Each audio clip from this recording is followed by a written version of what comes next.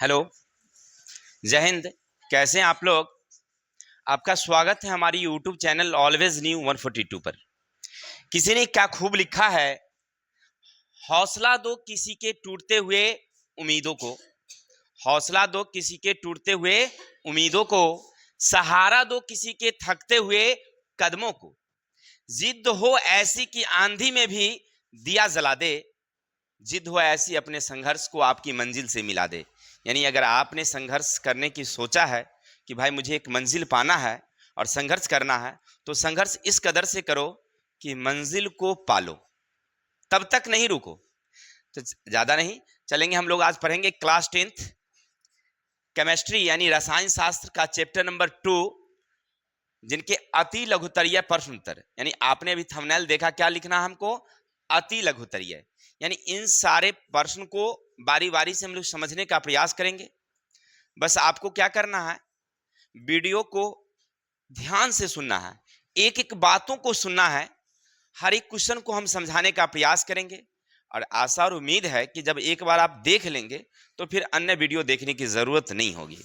बस मोबाइल को full screen में करिए और सामने दीवार से या स्टैंड से उसको टिंगा दीजिए, एक कॉपी एक कलम रखिए और ध्यान से सुनिए, जहां जरूरत हो वहां नोट करिए।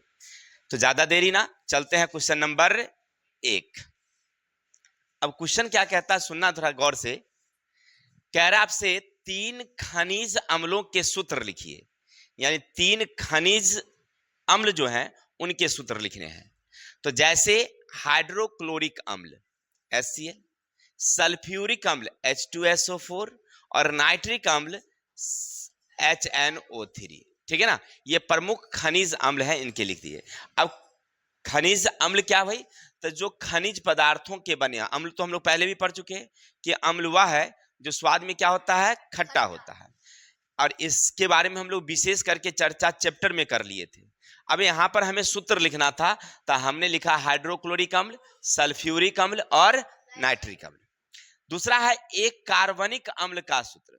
देखिए यहाँ एक खनिज अम्ल है और यहाँ क्या है, कार्बनिक अम्ल है। कार्बनिक का मतलब जिसमें कार्बन की मात्रा हो। तो जैसे एक लीजिए सिट्रिक अम्ल CH3 और COOH, ये क्या है, एक कार्बनिक अम्ल है जिनमें कार्बन की मात्रा आपको दिखाई पड़ रही है। ठीक है, अब गौर करिएगा, इन सब में आपको कार्बन की मात्रा दिखाई नहीं पड़ रही होगी। अब कहेगा सर कार्बन तो है यहाँ पर। अरे मेरे बकलोल, ये कार्बन नहीं है, ये क्लोरीन है। ये क्या है, क्लोरीन है। सी है लेकिन में सटल क्या है, एल है, तो वो क्लोरीन है। और यहाँ पर सी, और फिर कहिएगा सर ओ तो सटल है इसमें। अरे ये अलग है, कार्बन अलग है, ऑक्सीजन अलग है। ठीक है, चलिए बहुत अच्छी बात, क्योंकि एल यहाँ पर क्या है, स्मॉल लेटर में है, यहाँ पर ओ क्या है, कैपिटल लेटर में है। चलिए, तो आप इतना तक समझ गए। क्या क्या समझा कि 3 खनिज अम्ल। तो पहला क्या लिखेंगे, हाइड्रोक्लोरिक, सल्फ्यूरिक अम्ल, नाइट्रिक अम्ल। हाँ, एक और क्वेश्चन हमको समझ में आया, याद आया, आपसे पूछेगा अम्लों का राजा किसे कहा जाता है, अम्ल का राजा। तो याद रखिएगा, सल्फ्यूरिक अम्ल को कहा जाता है अम्लों का राजा। लेकिन एक और याद रखेंगे, वो आगे हम लोग पढ़ेंगे, अम्ल का राजा वहां पर और दूसरे को कहा जाता है। लेकिन यहाँ चैप्टर में आकर अगर पूछे आपसे कि अम्ल का राजा कौन, तो सबसे ज्यादा कौन, सल्फ्यूरिक। चलिए आगे हैं, सिरका में कौन सा अम्ल पाया जाता है, आपसे पूछ रहा है सिरका में कौन सा अम्ल है भाई। तो 6 से 8% एसिटिक अम्ल होता है। सिरका में कौन होता है भाई, एसिटिक अम्ल। सिरका में कौन सा अम्ल, एसिटिक। उसकी मात्रा कितनी होती है, तो 6 से 8%। आगे है नेक्स्ट, बैटरी अम्ल क्या है। यानी हम लोग घर में जो बैटरी प्रयोग करते हैं, नहीं ट्रैक्टर में देखे होंगे, मोटरसाइकिल में देखे होंगे, या लोग अपने घरों में इन्वर्टर के लिए भी प्रयोग करते हैं बैटरी, वहां पर तो बैटरी अम्ल कौन सा है, तो यही सल्फ्यूरिक अम्ल। यानी इसका सूत्र क्या होता है, H2SO4। सल्फ्यूरिक अम्ल को ही बोलते हैं हम लोग H2SO4 या बैटरी अम्ल कहिए। ठीक है, तो बैटरी अम्ल क्या, बस शॉर्ट क्वेश्चन पूछता है आपसे, यही पूछेगा कि बैटरी अम्ल क्या है, तो क्या लिखेंगे, सल्फ्यूरिक अम्ल को बैटरी अम्ल कहते हैं। ठीक है, नेक्स्ट, उस अभिक्रिया का नाम बताइए जिसमें अम्ल भस्म अभिक्रिया करके लवण तथा जल बनाते हैं। तो हम लोग पीछे वाले चैप्टर में भी पढ़े थे, ई वाला चैप्टर में भी पढ़े कि जब अम्ल और भस्म दोनों अभिक्रिया करेगा तो क्या बनाएगा, लवण और जल। अब लवण और जल बनेगा तो ना तो अम्ल का गुण रहेगा और ना ही भस्म का गुण रहेगा। तो ये अभिक्रिया को क्या कहते हैं हम लोग? उदासीनीकरण अभिक्रिया। अम्ल और भस्म अभिक्रिया करके लवण और जल बनाती है, इस अभिक्रिया को क्या कहते हैं हम लोग? नेक्स्ट आगे कह रहा है सामान्य लवण, अम्लीय लवण और भास्मिक लवण के एक एक उदाहरण दीजिए। तो अम्लीय लवण, भास्मिक लवण और सामान्य लवण के उदाहरण देने हैं। तो एक सामान्य लवण में कौन? सोडियम क्लोराइड यानी NaCl, जिसको हम लोग कहते हैं नमक। अपने घर में क्या बोलते हैं इसको हम लोग? नमक। ये NaCl साधारण नमक है। इसका रासायनिक नाम क्या है? Sodium chloride. सूत्र क्या है? NaCl। किसी को दिक्कत? दूसरा अम्लीय लवण में कौन? तो सोडियम बाइकार्बोनेट NaHCO3। इसको हम लोग खाने का सोडा भी कहते हैं। क्या बोलते हैं हम लोग? अगला है भास्मिक लवण, लेड नाइट्राइट यानी PbOHNO3। किसी को दिक्कत? अब कहिएगा सर हम कैसे पहचानेंगे कि साधारण लवण और अम्लीय लवण, भास्मिक लवण कैसे पहचानेंगे? तो हम बताए थे कि जिसमें ना तो हाइड्रोजन रहेगा और ना ही हाइड्रोक्साइड रहेगा तो हो गया सामान्य लवण। जिसमें H रहेगा तो समझिएगा वो क्या है? अम्लीय लवण है। और जिसमें OH रहेगा वो क्या होगा? भास्मिक लवण है। ठीक है, चलिए आगे। अब आपसे पूछ रहा है कि CO2 का जलीय विलयन अम्लीय होता है या भास्मिक? CO2 का जलीय विलयन क्या होगा? अम्लीय या भास्मिक? तो CO2 का जलीय विलयन भास्मिक होता है। अब काहे लगी? तो हम लोग पढ़े थे कि कार्बन एक अधातु है, अधातु के ऑक्साइड क्या होते हैं? भास्मिक होते हैं। अधातु के ऑक्साइड क्या होते हैं? अम्लीय होते हैं, है ना? वही यहाँ लिखा है कि अधातु के ऑक्साइड क्या होते हैं? और धातु के ऑक्साइड क्या होंगे? अम्लीय। अब कार्बन क्या है? अधातु है। तो अधातु है तो उसके ऑक्साइड क्या होंगे? भास्मिक होंगे। चलिए बहुत अच्छा। सोडियम कार्बोनेट की अभिक्रिया हाइड्रोक्लोरिक अम्ल से कराने पर कौन सी गैस निकलती है? अब देखिए सोडियम कार्बोनेट यानी इसका मतलब है Na2CO3। इसको किससे अभिक्रिया करा दिए? हाइड्रोक्लोरिक अम्ल HCl से अभिक्रिया करा दिए तो कौन सी गैस निकलेगी? तो स्वाभाविक सी बात है कराने पर कौन निकलेगी? कार्बन डाइऑक्साइड गैस निकलेगी। क्या निकलेगी? कार्बन डाइऑक्साइड गैस निकलेगी। कोई दिक्कत? चलिए आगे। अगला क्वेश्चन है NH4Cl के जलीय विलयन का लिटमस पत्र पर क्या प्रभाव पड़ता है? अब देखिए ये आपसे है नाइट्रिक क्लोराइड। ये क्या है हमारे? Nitric chloride. इसका जलीय विलयन लिटमस पत्र पर क्या प्रभाव डालेगी? तो NH4Cl का जलीय विलयन अम्लीय होता है। क्या होगा? अम्लीय। अब कैसे आया अम्लीय? तो इसमें क्या दिखाई पड़ रहा है आपको? H यानी हाइड्रोजन। हाइड्रोजन होने पर क्या होता है? वो अम्लीय होता है। कोई दिक्कत? तो अम्लीय है। अब वो अगर नीला लिटमस पत्र रहेगा तो उसको क्या कर देगी? वो सीधा सी कहानी। ठीक है, तो आपको ये पहचानना है कि कोई भी लवण अम्लीय है या भास्मिक। तो अगर H रहेगा तो क्या समझ जाएंगे? वो अम्लीय है। OH रहेगा तो भास्मिक है। अब अम्ल समझ गए तो नीले लिटमस पत्र को क्या कर देगी? लाल। अगर भास्मिक है तो लाल वाले को क्या कर देगी? नीला कर देगी। ठीक है, चलिए आगे। गृह निर्मित किन्हीं दो सूचक के नाम, यानी घर में ऐसे कोई दो पदार्थ बताइए, आपके रसोई घर में हो या घर में हो, जो सूचक का उपयोग करता है कि यह बतलाता है कि अम्ल है या भस्म है। तो हल्दी पाउडर है, चुकंदर है ना? ये क्या है? हमारे घर में रहने वाले चीज हैं जिसका उपयोग हम लोग सूचक के रूप में करते हैं। कोई दिक्कत? चलिए तो ये 10 क्वेश्चन है। चलते हैं एक क्वेश्चन नंबर आगे। 11 क्या कहता है? दो रंगीन पदार्थ यानी सूचक के नाम जो किसी अज्ञात द्रव के क्षारीय अम्लीय प्रकृति बताने में सक्षम है। यानी आपसे पूछ रहा है कि कोई ऐसे पदार्थ के नाम बताइए जो उसे अम्लीय बताने में सक्षम है। या क्षारीय बताने में सक्षम है। नहीं समझे क्वेश्चन? यानी एक बोतल ई रखल है, इनमें कोनो द्रव है, अभी हमने मालूम नहीं है कि अम्ल है या क्षार है।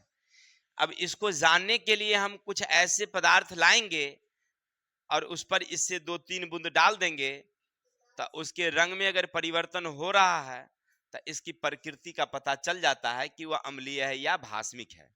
तो वह कौन से पदार्थ हैं? तो लिटमस पत्र है, फिलेटोफैलिन है, मेथिल ऑरेंज है, चुकंदर है, हल्दी पाउडर है ना, बहुत सारे हैं। तो उनमें से हमें 2 ही नाम लिखना है, तो क्या लिख देंगे हम लोग? लिटमस पत्र लिख देंगे, हल्दी पाउडर लिख देंगे, चुकंदर लिख देंगे। हो गया क्लियर? चलिए आगे। नंबर 12 आपसे कह रहा है किस क्षार के लवण में धात्विक आयन नहीं होते हैं? माने किस क्षार के क्या है लवण में? तो अब सीधा बात है कि किस क्षार के लवण में धात्विक, तो अधात्विक ऑक्साइड में धात्विक आयन नहीं होते हैं। ठीक है, क्या कह रहा है आपसे कि धात्विक आयन नहीं होता है, कौन वाला में? तो अधात्विक ऑक्साइड में। कोई दिक्कत? अधातु के ऑक्साइड होंगे, उसमें धात्विक आयन नहीं होंगे, सीधा उल्टा है। चलिए आगे। निम्नलिखित अभिक्रिया को पूरा करिए। अभी समीकरण है, याद रखिए। देखिए आपसे पूछ रहा है कि Zn प्लस H2SO4 अगर अभिक्रिया करे तो क्या होगा? तब बनेगा हमें ZnSO4, यानी जिंक सल्फेट से क्या कर लेगी? अभिक्रिया कर लेगी, और H2 को क्या कर देगी? बाहर कर देगी, यानी कि गैस निकल जाएगी। कोई दिक्कत? सेम कहानी इसमें भी, अगर FeCl से अभिक्रिया करे तो क्या बनाएगी? FeCl2 फेरस क्लोराइड प्लस क्या बनेगी?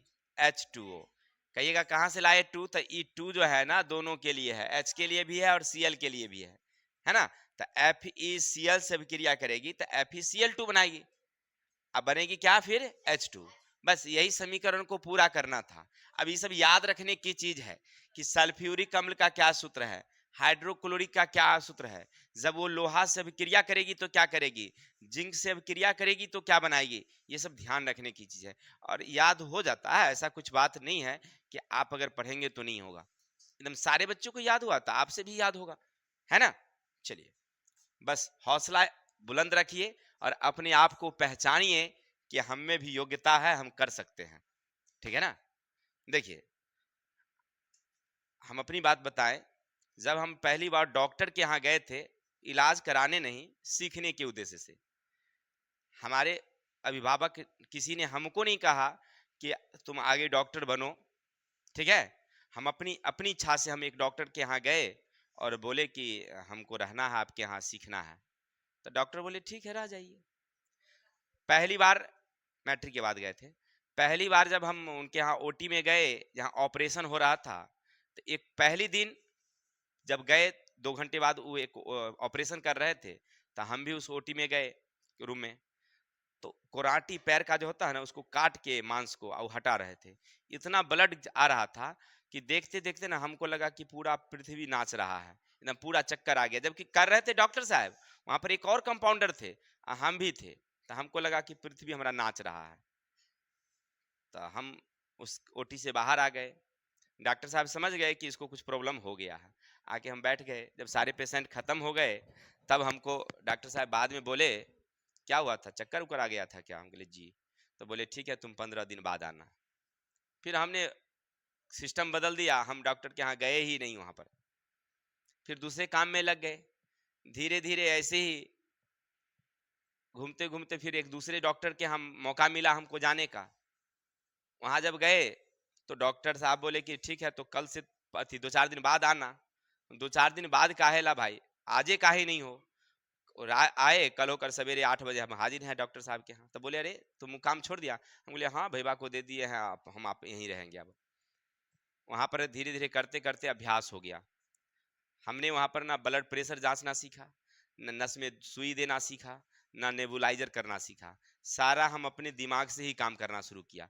जब हम यहाँ आए तो सब कुछ खुद ब खुद करते हैं, और जितने भी बड़े बड़े काम हैं सब कर लेते हैं, है ना। बस हौसला रखना चाहिए कि हम भी कर सकते हैं।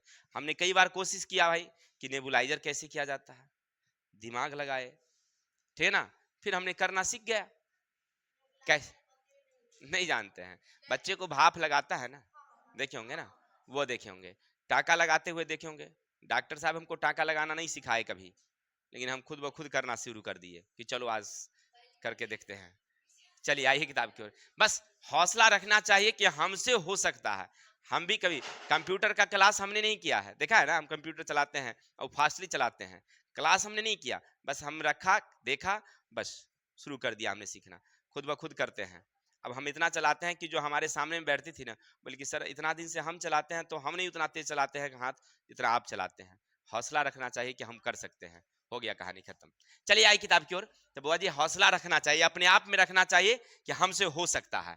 अब आगे हैं, यदि विलियन का पीएच मान 3 है तो कहता है विलियन की प्रकृति क्या होगी।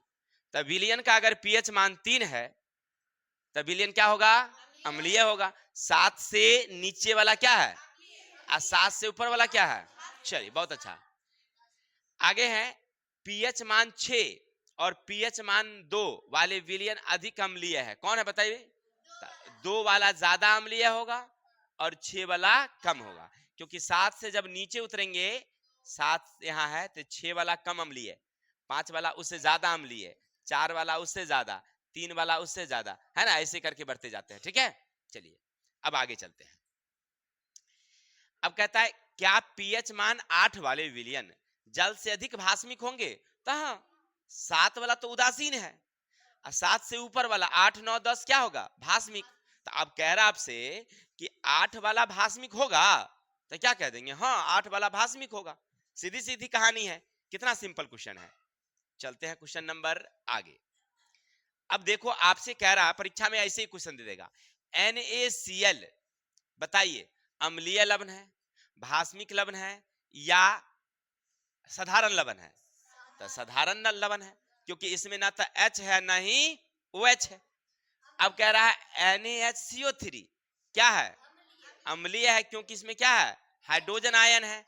कुछ बच्चे ना, हम इधर पढ़ा रहे हैं, वो जल्दी जल्दी नोट कर रहे हैं कि कहीं छूट जाएगा तो कॉपी ना परीक्षा हॉल में लेते जाइएगा, सीखने की जरूरत नहीं है। क्या अंकित जी सही बोल रहे हैं ना, ठीक है। अब आगे देखिए, MgOHCl क्या है ये, तो कैसे, क्योंकि OH है, यानी OH का मतलब हाइड्रोक्सिल, हाइड्रोक्सिल समूह है, यानी हाइड्रा ऑक्साइड। हाइड्रोक्सिल माने हाइड्रा ऑक्साइड, तो हाइड्रा ऑक्साइड, इसमें क्या, केवल हाइड्रोजन। ठीक है, तो अम्लीय पहचानने का तरीका समझ गए और भास्मिक पहचानने का तरीका समझ गए और सामान्य लवण पहचानने का तरीका समझ गए। कोई दिक्कत। चलिए अच्छा बताइए, KCl पोटेशियम क्लोराइड अम्लीय है या भास्मिक, क्या है ये, सामान्य है। चलिए बहुत अच्छा, अब आगे चलेंगे। अब आगे चलते हैं, निम्नलिखित अभिक्रिया को पूरा करिए। फिर समीकरण दिया हुआ है, इसको पूरा करना है, तो क्या होगा, तो जिंक जब ये क्या है, सोडियम हाइड्रोक्साइड है, क्या है ये हमारा, और ये क्या है, जिंक। तो जिंक जब सोडियम हाइड्रोक्साइड से अभिक्रिया करेगा तो जिंक सोडियम बनेगा और हाइड्रोक्साइड क्या हो जाएगा, बाहर निकल जाएगी। कोई दिक्कत। आगे फिर सल्फ्यूरिक अम्ल जब सोडियम हाइड्रोक्साइड से अभिक्रिया करेगी तो sodium sulphate NaSO4 plus Cu plus OH, यानी OH क्या हो जाएगी यहाँ पर बाहर, जिसमें उसमें देखे थे आर्हेनियस का सिद्धांत आप पढ़े होंगे, आर्हेनियस के अम्ल के सिद्धांत, आर्हेनियस के भस्म के सिद्धांत नहीं पढ़े थे। तो हमने बताया था कि अगर कोई भी धातु अम्ल से अभिक्रिया करती है तो हाइड्रोजन विस्थापित करती है, यानी हाइड्रोजन गैस निकलती है। अब भस्म अभिक्रिया करती है तो हाइड्रा ऑक्साइड यानी हाइड्रोजन और ऑक्सीजन को विस्थापित करती है। क्लियर। तो NaOH क्या है, एक प्रकार का भस्म है। अब भस्म है तो अभिक्रिया करेगी तो क्या निकालेगी, किसी को दिक्कत।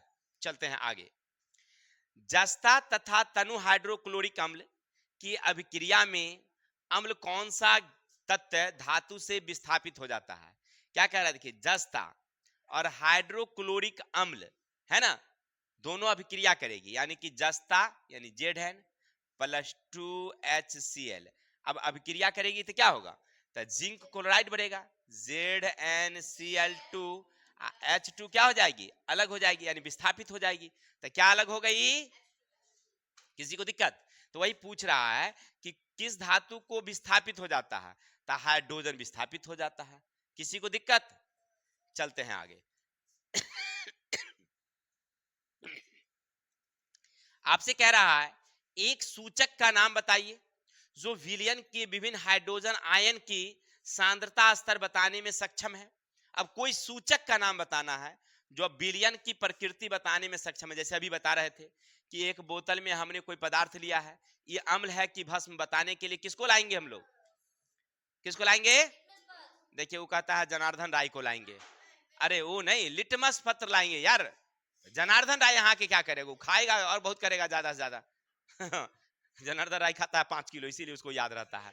चलिए आइए किताब की ओर। तो क्या नाम है उसका, लिटमस पत्र। क्या लाएंगे हम लोग, लिटमस पत्र। यानी अम्ल की प्रकृति बताने के लिए किसका उपयोग करेंगे, लिटमस पत्र। ठीक है, चलिए तो चलते हैं 21 नंबर क्वेश्चन। जब तक इसको देखिए 21 नंबर क्या कहता है सुनना। प्रयोगशाला में निर्मित एक गैस जल में घुलनशील है। बहुत अच्छा।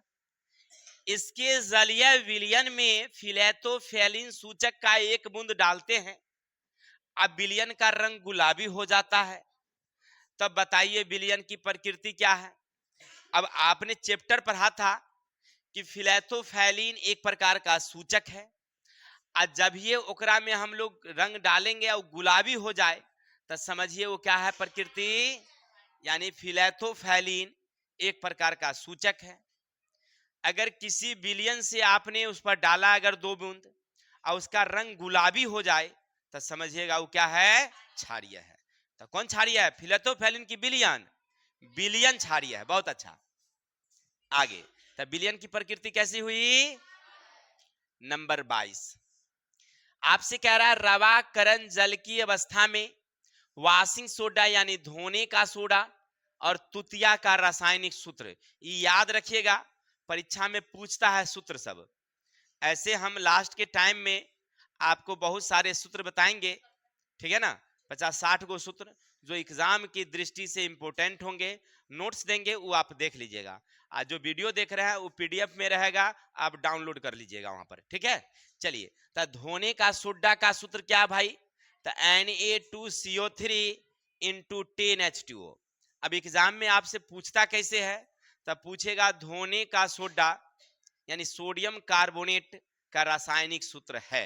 ऑप्शन रहेगा Na2CO3 into 5H2O, Na2CO3 half H2O, Na2CO3 या Na210H2O। तो किसमें मारेंगे हम लोग, 10 वाला में याद रखेंगे। ठीक है, चलिए बहुत अच्छा। अब आगे है तुतिया का रासायनिक सूत्र, तो CuSO4 इंटू 5H2O। किसी को दिक्कत, तो ये याद रखिएगा। आगे क्वेश्चन, क्या होता है जब तनु सल्फ्यूरिक अम्ल ठोस सोडियम कार्बोनेट में मिलाते हैं तो क्या होगा। तो जब तनु सल्फ्यूरिक अम्ल को सोडियम कार्बोनेट के साथ मिलाएंगे तो सोडियम क्लोराइड, जल तथा कार्बन डाइऑक्साइड प्राप्त होता है। ऐसे हम समीकरण भी यहां लिख दिए हैं, आपकी किताब में भी है, आप वहां से भी देख सकते हैं। देखिए ये हमारा सोडियम कार्बोनेट है Na2CO3, यहाँ पर कहेगा सर 10H2O नहीं दिए, तो ओकरा कोई ज्यादा इंपोर्टेंट नहीं है 10H2O, लेकिन सूत्र जब पूछेगा तब इंपोर्टेंट है, लेकिन अभिक्रिया में वो इंपोर्टेंट नहीं है।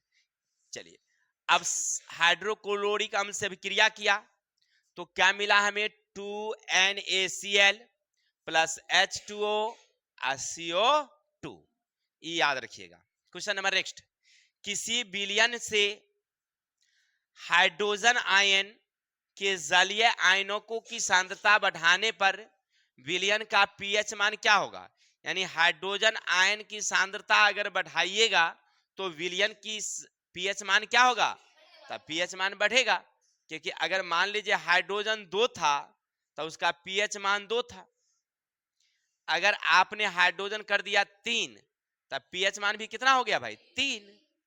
क्या, अब अगर इसी में एक और क्वेश्चन उल्टा करके पूछ दे कि अरे भैया बताइए अगर हमने हाइड्रोजन आयन की सांद्रता को बढ़ा दिया तो अम्लीय होगा कि भास्मिक, तो अम्लीय अगर रहेगा पीएच मान अगर 2 रहेगा हाइड्रोजन आयन अगर आप 2 को बढ़ा दिए तो क्या हो गया, वो 4 हो गया, तब उसका अम्लीय गुण क्या हो गया, कम गया। अम्लीय गुण क्या हो गया, नहीं हो जाएगा जी। जैसे मान लीजिए आपके पास एगो विलयन है जिकरा पीएच मान पहले से 3 था, तो 3 का मतलब कि 3 गो हाइड्रोजन ओकरे पास था। अब 2 गो हाइड्रोजन आप दे दिए, तो अब हाइड्रोजन को कितना हो गया, तब पीएच मान कितना हुआ उसका, तो वो पहले 3 वाला था और अभी हो गया 5 वाला, तो अम्लीयता उसकी क्या हो गई है, कम गई है। 3 वाला ज्यादा अम्लीय है, 5 वाला, ठीक है ना। लेकिन भास्मिक में पूछेगा तब गड़बड़ हो जाएगा। पहले 8 वाला था तो पीएच मान 8, तो वो भास्मिक था, कम भास्मिक। लेकिन 14 हो जाएगा तो क्या हो जाएगा, ज्यादा भास्मिक हो जाएगा, नहीं हो जाएगा। चलिए अब आगे, वायुमंडल में जल के अणु त्यागने वाले जलयोजित लवण को क्या कहते हैं, तो याद रखेंगे उसका नाम है उत्फूलन। वायुमंडल में जल के अणु त्यागने वाले जलयोजित लवण को क्या कहते हैं हम लोग। बड़ा ही इंपोर्टेंट क्वेश्चन 26, पौधों में संतोषजनक वृद्धि के लिए मिट्टी का पीएच मान कितना होना चाहिए, तब 5.5 से 7 के बीच। हम लोग पढ़े थे चैप्टर में कि अगर किसी भी खेतों में अच्छी उपज लेनी हो तो मिट्टी का पीएच मान कितना होना चाहिए। चलिए आगे देखिए, बड़ा छोटा क्वेश्चन फिर से पूछ दिया, 2 सूचक के नाम बताइए। तो हल्दी पाउडर है, चुकंदर है, लिटमस पत्र है, फिलेटोफेलिन है, मेथिल ऑरेंज है ना। तो कोई 2 का नाम में लिखना था, लिख दीजिए। आगे, साधारण नमक में किस यौगिक को मिलाकर आयोडीन युक्त नमक बनाते हैं, तो याद रखिएगा KI यानी पोटेशियम आयोडाइड या KiO3 पोटेशियम आयोडाइड ऑक्साइड, ठीक है। पोटेशियम आयोडाइड ऑक्साइड या KI, कोई एक को लिखिएगा तो काम चल जाएगा, कोनो जरूरत ना है दोनों लिखना, है ना। तो क्या मिलाते हैं हम लोग, पोटेशियम आयोडाइड। ऑब्जेक्टिव में पूछता है, पूछेगा आपसे कि साधारण नमक में किस यौगिक के मिलाने से वह आयोडीन युक्त हो जाता है। ऑप्शन रहेगा H2O, ऑप्शन रहेगा KI, ऑप्शन रहेगा PB, ऑप्शन रहेगा Z। तो क्या लिखेंगे हम लोग, चलिए बहुत अच्छा। एक पर्शवेद्य लवण का सूत्र, तो पर्शवेद्य लवण का सूत्र याद रखिएगा कैल्शियम क्लोराइड CaCl2। आगे लास्ट क्वेश्चन है, अम्ल जल में क्या प्रदान करता है, तो हाइड्रोजन। ये बात कौन बताए थे, आर्हेनियस साहब, कौन बताए थे। आशा और उम्मीद है कि आपको ये पूरा क्वेश्चन 30 का 30 समझ में आ गया होगा। अगर आ गया है और यहाँ तक अगर वीडियो देख रहे थे तो लगले लास्ट वाला बात है तो समझ ही रहे हैं, तो लाइक कर दीजिए और विशेष शेयर कर दीजिए। विशेष हंसते रहिए, मुस्कुराते रहिए और जिंदगी का आनंद, हाँ पढ़िए बड़ा खुशी मुद्रा से, तभी मन लगेगा पढ़ने में। दुख मुद्रा में ना पढ़ाई उढ़ाई नहीं होगा, तब बॉडी प्रेजेंट और माइंड अब्सेंट। चलिए तो आज के लिए इतने ही, कल मिलेंगे नेक्स्ट वीडियो के साथ, तब तक के लिए जय हिंद जय भारत।